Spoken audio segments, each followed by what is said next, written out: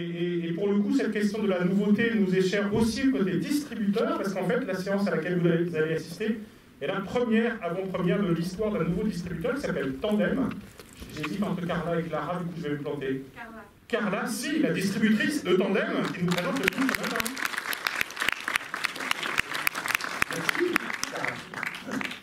Voilà, et en parenthèse, donc nous, pendant le confinement, on a vu des dizaines de films, des centaines même un peu. Voilà. Et Tandem, c'est le distributeur émergent, réellement, pas juste parce que c'est leur première sortie, mais parce que tout leur line-up qu'on a vu, c'est comme ça qu'on appelle ça dans le jargon, on a vu 6 films qu'ils s'apprêtent à sortir pendant 2020, nous a vraiment plu tout de suite. Donc on a fait une espèce de chèque, quoi. Enfin, non pas financier, hein, non, mais de bulletin d'abonnement. C'est-à-dire que l'idée, c'est qu'on reçoive toutes leurs équipes et qu'on fasse des rencontres chaque fois et qu'on s'inscrive tout de suite dans la dynamique de cette nouvelle boîte de distribution qui nous est déjà chère. Vas-y, je t'en prie. Bonjour à tous, merci beaucoup d'être venus. Juste par rapport à la sortie de ce film en France, il faut savoir que, je ne sais pas si vous êtes au courant, mais ce film est sorti sur quand même pas mal de plateformes, que ce soit aux États-Unis ou ailleurs. Et en fait, Mathieu Robinet, qui porte la nouvelle société Tandem, qui démarre enfin aujourd'hui, grâce à vous notamment, a vu le film et s'est dit que c'était pas un film de plateforme, parce que le film a été produit par Amazon notamment, et que c'était pas un film de plateforme et qu'il fallait le voir en salle. Et du coup, il a décidé de en faire une de nos premières sorties pour la salle et pour le public, et voilà, et en profiter sur grand écran. Voilà, alors, s'il veut le voir en salle, c'est pas seulement à cause de la taille de l'écran, c'est aussi parce qu'il faut le voir dans des qualités de son optimales. Parce que c'est une vraie expérience sonore. On est tous sortis de ce film, en se disant que c'était un de nos coups de cœur parmi les centaines de films vus pendant le confinement, et 2, que c'était une expérience inédite sur la question du son au cinéma. Et ça, on le doit à Nicolas Becker. Je vous lis rapidement sa présentation dans le dossier de presse de Sound of Metal, parce que ça donne une petite idée du travail. D'abord, ça commence bien, parce que ça commence par Nicolas Becker est l'un des ingénieurs du son les plus demandés au monde. Voilà. Non mais attends, il habite au Marrakech. Il essaye de trouver un procédé original pour chaque film, proposant à chaque fois un raisonnement créatif unique afin d'obtenir un matériau singulier. Il a collaboré avec des cinéastes comme Polanski, Cronenberg, Kassovitz, Andrea Arnold ou Danny Boyle. En 2013, il reçoit son 2e Golden Reel Award pour son travail sur Gravity, réalisé par Alfonso Cuarón. Becker a notamment été ingénieur du son sur American Honey, film lauréat du prix du jury à Cannes en 2016. Il a également travaillé sur le son et la texture des aliens dans le film de Denis Villeneuve, Premier Contact. Et il s'apprête à travailler avec un certain Iñárritu. Je pense qu'il faut réapplaudir Nicolas Becker.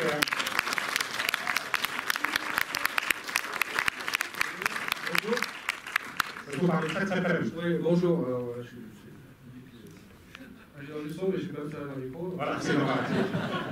Les coordonnées ne sont pas forcément ça, ouais. Alors, juste, je te pose quelques questions. Donc, le mode de fonctionnement qu'on a adopté, y compris parce qu'on voulait vous faire cette petite surprise, c'est qu'on va parler plus longuement avec Nicolas au début, et puis ensuite, vous aurez le court-métrage, et ensuite, vous aurez le film. On va commencer assez simplement par...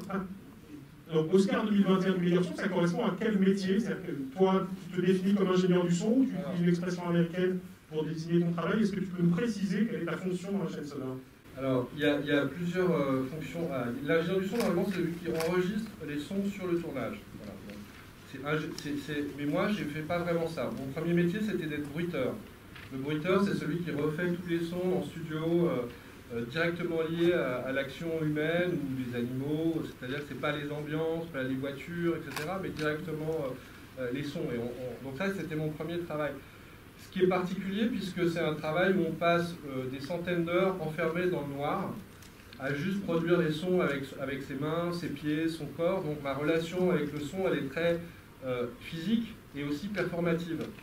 Donc effectivement, quand vous allez voir le film, il y a quelque chose de très, très cohérent avec ça. C'est-à-dire que le fait que ce réalisateur m'ait demandé de travailler sur ce film, ça a une relation très forte avec ce premier métier. Et puis après... au fur et à mesure, j'ai rencontré des réalisateurs qui m'ont demandé d'en faire un peu plus. Un peu plus, c'était d'aller en fait sortir du studio et au lieu d'aller enregistrer des sons dans le studio, aller commencer à enregistrer des ambiances, des sons, je sais pas, des camions, des explosions, des choses comme ça, la mer, des oiseaux dans la forêt. Et du coup, pendant un moment, mon travail, c'était de fabriquer les palettes sonores pour les autres, pour ce qu'on appelle les monteurs sons. C'est-à-dire qu'une fois que vous avez enregistré le direct, C'est la chose sur un direct, la chose la plus importante, on considère que la chose la moins reproductible, c'est le jeu de l'acteur. Donc on essaye de faire en sorte de toujours capter au maximum la performance de l'acteur. Et des fois, on va essayer d'enlever au maximum tous les sons qui vont empêcher cette continuité et cette performance de l'acteur d'être mise en avant. Et donc on est obligé de reconstruire souvent tout le son autour. Donc ça sont les monteurs sons. Et après il y a l'étape de mixage, c'est-à-dire qu'une fois que tous ces sons sont montés, on a monté les directs, on a enregistré sur le tournage, on ajoute des sons et après on les mixe. Voilà. Et moi, mon travail aujourd'hui, c'est aucun de ces métiers-là, mais c'est plus de commencer à penser au son avant le tournage et d'aller jusqu'à la fin du mixage. C'est-à-dire, c'est une sorte de réalisation sonore, c'est-à-dire essayer d'être là et d'accompagner un réalisateur et de lui proposer des méthodes de travail, des outils, des directions artistiques, et d'essayer d'être un peu responsable de ça devant lui. Et donc ça, c'est quelque chose de très important pour moi, parce que à un moment donné, dans mon travail de bruiteur, j'avais perdu un peu le contact avec la réalisation. Or, ce qui m'a toujours donné envie de faire ce métier-là, c'était pas forcément la présence avec les acteurs, mais c'était de pouvoir partager du temps avec les réalisateurs. Et donc ce métier que j'ai un peu réinventé, parce qu'on n'est finalement pas beaucoup à le faire, c'est vraiment de faire un travail de conception, même des fois sur ce film, ça a été, on a commencé à travailler 1 an avant le tournage. On a regardé le scénario, on a essayé de réfléchir quel était le langage qu'on pouvait construire pour le film. J'ai travaillé avec le chef opérateur pour essayer de comprendre comment on pouvait enrichir le vocabulaire du travail sur l'idée de l'immersivité ou du point de vue sonore et du point de vue visuel. Comment on pouvait fabriquer une sorte de boîte à outils pour le réalisateur. On a décidé de choses importantes comme le fait que les acteurs devaient jouer les instruments, ça ne devait pas être un playback parce qu'on voulait qu'il y ait une certaine véracité, parce que ce réalisateur était un réalisateur qui vient du documentaire et il voulait avoir quelque chose d'une sorte de véracité et de créer une sorte de deal avec le spectateur dès le début en disant voilà, voilà, en tout cas, c'est pas la réalité, c'est un film, mais on est dans des conditions de risque importantes. Au point que les deux acteurs jouent vraiment, ont appris la batterie et la guitare. La première séquence, c'est pas du playback, c'est eux qui jouent. Voilà. Donc aussi comment concevoir un morceau en travaillant avec des compositeurs, essayer de concevoir un morceau qui soit à la fois jouable aussi. Riz Ahmed a appris la langue des signes aussi. Le film est tourné dans l'ordre, en 35 mm, c'est-à-dire un peu...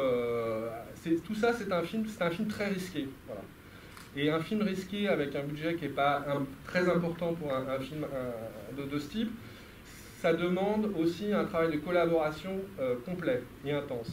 Et la particularité de ce film, c'est une chose très très rare qui m'est arrivée quasiment jamais, peut-être un peu sur La Haine et sur quelques autres films, c'est que tout l'ensemble de l'équipe a vraiment considéré que c'était le projet du film qui était le plus important.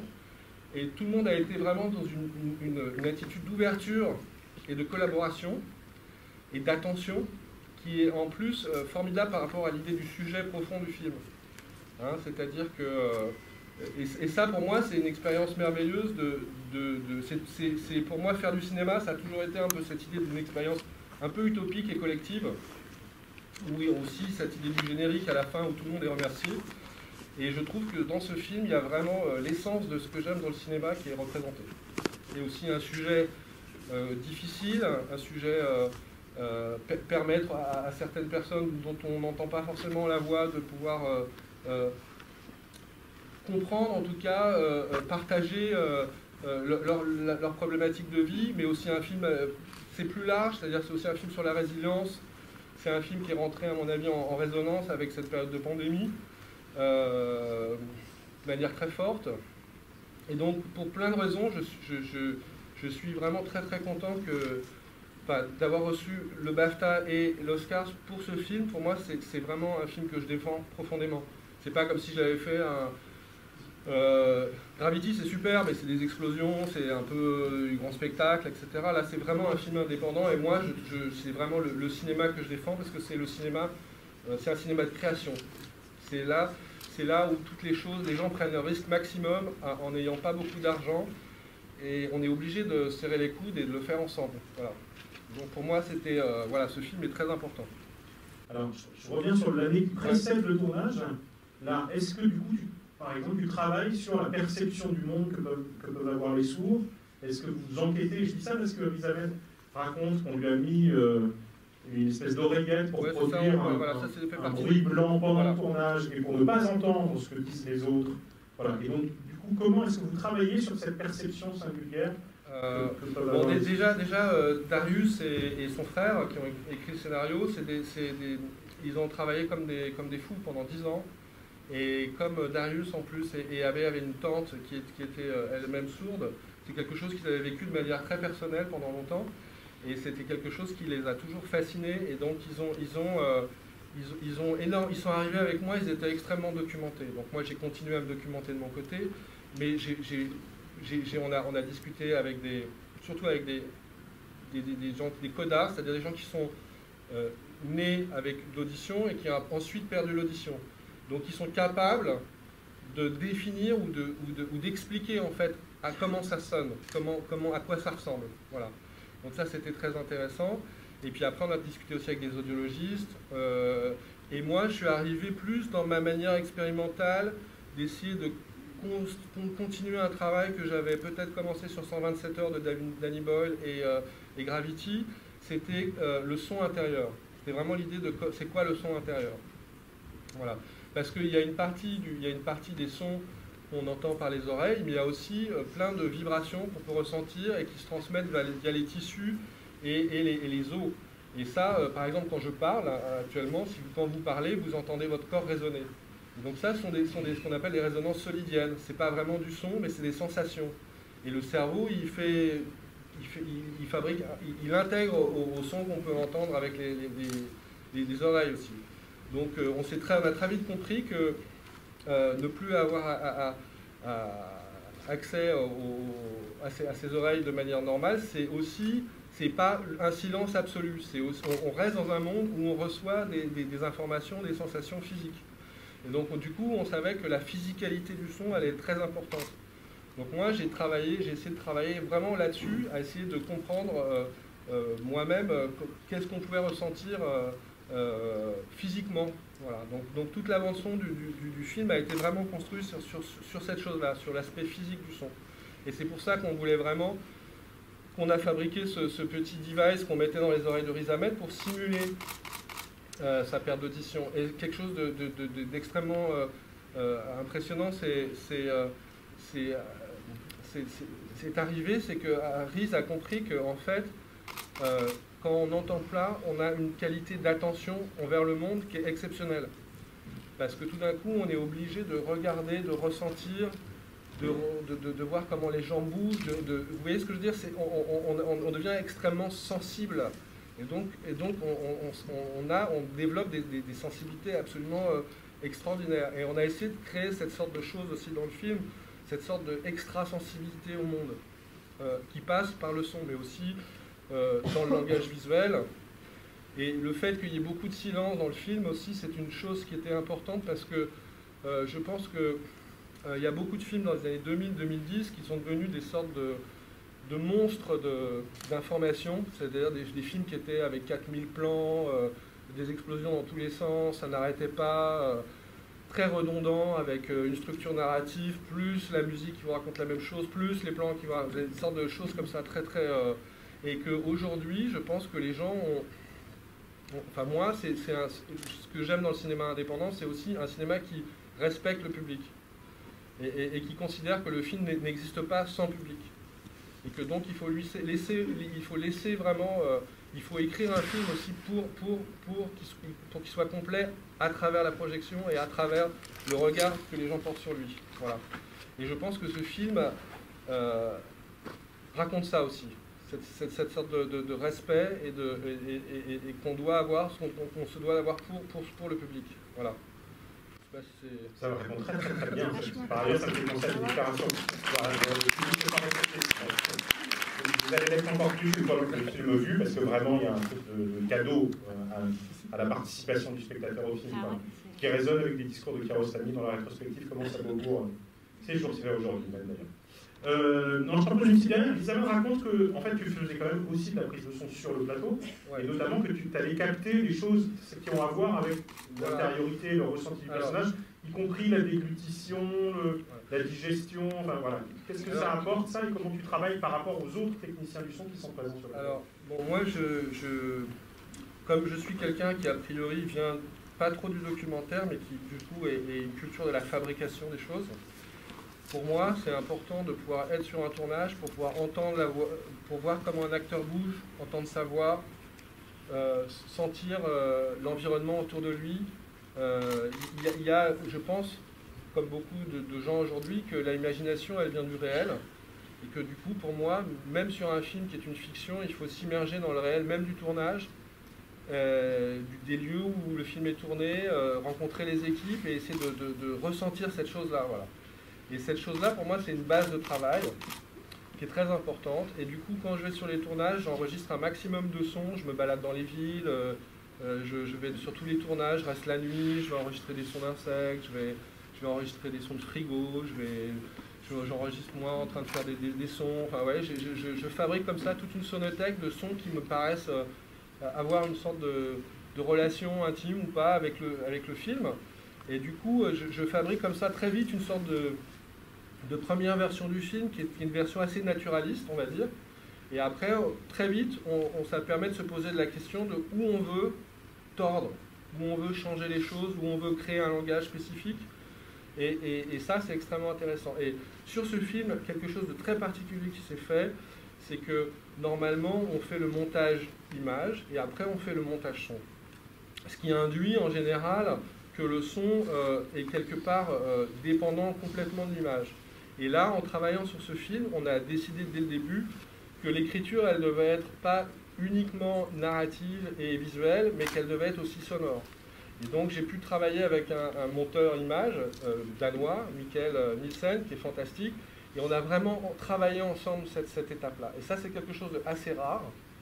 Et je pense que c'est d'où le résultat, c'est-à-dire que si on veut que le son participe à l'écriture d'un film, ça ne peut pas se faire après. Ça doit se faire dès l'écriture, ça doit se faire, c'est un travail de chaque instant. Et que à partir du moment où c'est assumé et notamment aidé par un producteur, ce qui n'est pas toujours le cas, on arrive à faire des choses fantastiques avec des budgets qui sont relativement restreints. Il y a la plupart des films qui obtiennent l'Oscar pour le son, ce sont des sons des films à plusieurs dizaines de millions de dollars, très impressionnants, etc. Là, on a un petit film indépendant, et pour moi, c'était important de montrer que le travail en collectif et le travail de collaboration, et de commencer en amont cette réflexion sur le son, c'est ça qui permet d'écrire et de produire un vocabulaire nouveau. Voilà. La petite dernière, une autre particularité de ce film, c'est que le oui, non, juste pour dire, Riz Ahmed, dans la séquence, vous allez voir, il est chez l'audiologiste, et j'avais fabriqué tout un tas de capteurs un peu DIY, c'est-à-dire fabriqués avec des stéthoscopes, avec des micros, un peu spéciaux de physique, etc. Et donc l'idée, c'est que j'ai beaucoup travaillé sur l'enregistrement réel des sons de Riz Ahmed. C'est-à-dire, mais quelque chose qu'on connaît, c'est les premiers sons avec lesquels on a été en contact, qu'on soit sourd ou pas sourd, même de naissance, c'est-à-dire d'être en contact avec les vibrations à l'intérieur du ventre de sa mère. C'est-à-dire que ce qu'on perçoit dans le liquide, c'est aussi des vibrations. Donc c'est quelque chose que, même si on n'en est pas conscient, c'est les premières sensations sonores, même si elles ne sont pas, on va dire, de vibration, c'est vraiment quelque chose qu'on partage. On n'en est pas forcément conscience, mais c'est un univers qui nous est qui est archaïquement enfin, qui est là depuis toujours, quoi. Et donc moi, je voulais travailler aussi avec ça, avec cette sorte de connaissance qu'on a de ces sons-là, on les connaît sans les connaître. L'intuition. Voilà. Et donc pour moi, c'était important de pouvoir travailler ça avec ça, parce que je savais que c'était quelque chose qui allait pouvoir toucher directement les gens. Et que ce qui m'intéresse aussi dans le travail, c'est qu'à partir du moment où on touche les gens en termes de sensations, on va aussi recréer des boucles. Les gens vont commencer à penser eux-mêmes à des choses C'est-à-dire qu'ils vont nourrir le film de leur propre mémoire ou de leur propre sensation. Vous voyez ce que je veux dire? Et c'est pour ça que c'est un film qui se nourrit aussi par le regard des gens. Bon, donc et ça me semble être très intéressant comme forme de cinéma. Voilà. Alors là, au passage, je me disais en t'écoutant que quand même avoir dans la même ville Nicolas Becker et Jean-Pierre Duret, ça fait un peu de Montreuil la capitale mondiale du son. Ouais. Mais bon, enfin, je dis ça... Jean-Pierre Duret, c'est un des plus grands ingénieurs du son français, ouais. C'est un mec extraordinaire qui est aussi documentariste. Absolument. C'est un mec formidable. Et dont on va passer le film prochainement, parce qu'il a fait un film qu'on avait prévu de programmer en octobre. Voilà, donc peut-être en juin, septembre. Ouais. La toute dernière, l'autre particularité de ce film, c'est que le co-scénariste, donc Abraham Marder, est à la fois scénariste mais aussi musicien. Ouais. Est-ce que ça a changé quelque chose en termes d'écriture, mais aussi de collaboration avec toi? C'est-à-dire que moi, ce qui était intéressant, c'est que je suis arrivé sur le film, effectivement, et on a une sorte de coup de foudre avec Abe. Ton micro est de plus en plus loin. Oui, alors j'ai une sorte de coup de foudre tous les deux sur... enfin, on s'entend hyper bien, on est devenus amis, Darius aussi d'ailleurs, mais... Et du coup, on a commencé à réfléchir aussi à la musique ensemble, et du coup, on a fait la musique du film ensemble. Et donc ça, c'était intéressant. Et du coup, on s'est posé plein de questions sur... Enfin, c'était formidable parce qu'on avait une sorte de petit groupe comme ça, entre le monteur image, le réalisateur, le musicien, le co-compositeur avec moi, qui était aussi le scénariste du film. Enfin, tout ça pour dire qu'à un moment donné, le fait d'être dans une sorte de petite structure presque familiale, de taille humaine, où tout d'un coup, on avait vraiment le droit de partager, de donner ses opinions, de réfléchir ensemble, et voilà. Ça a été une merveilleux. Et c'est aussi pour ça que moi j'aime beaucoup les films indépendants ou les films de petite taille, parce qu'il y a une dimension humaine qui perd vraiment la collaboration. Voilà, tu viens de parler du Méliès, la petite structure à taille humaine qui fait des vrais choix et qui peut discuter collectivement pour la programmation, en présence de Marie Boudon, la programmatrice. En parenthèse, vraiment, tu n'avais pas encore l'Oscar, que déjà c'était notre coup de cœur du confinement. Ah, c'est formidable. Quand on est sorti de la salle, on s'est dit qu'on n'avait juste jamais entendu ça en fait. On est tous sortis en se disant, mais ce travail-là d'écoute, de réinitialisation d'une écoute de spectateurs, il est rarissime. On le trouve que chez les très grands cinéastes comme tel par exemple. Et ce qui est intéressant aussi, moi, ce qu'on disait tout à l'heure, c'est que moi j'ai travaillé pas mal avec une bande de réalisateurs qui quand même avaient été vachement influencés par le cinéma américain.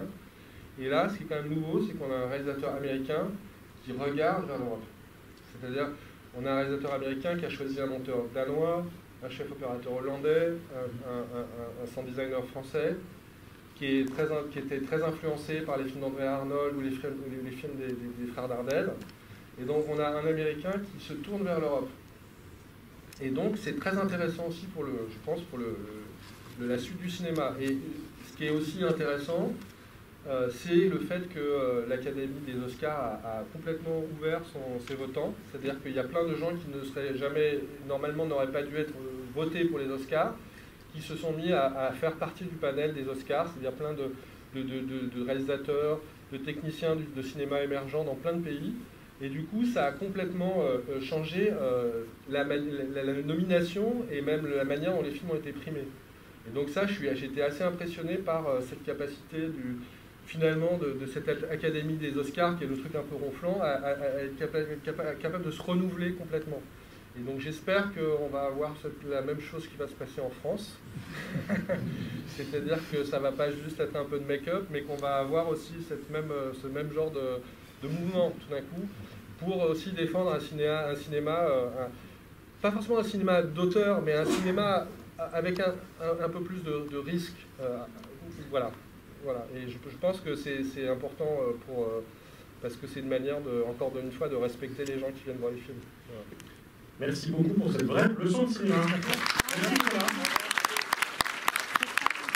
On enchaîne avec le témoignage de Sébastien Picou, qui dure 12 minutes et qui est extraordinaire, puis par le film juste derrière. Bonne projection, n'oubliez pas de réserver pour voir d'autres films, parce que vous aurez compris que la jauge à 35% c'est très restrictif et qu'on va faire complet tout le temps, notamment sur Slalom, vendredi soir.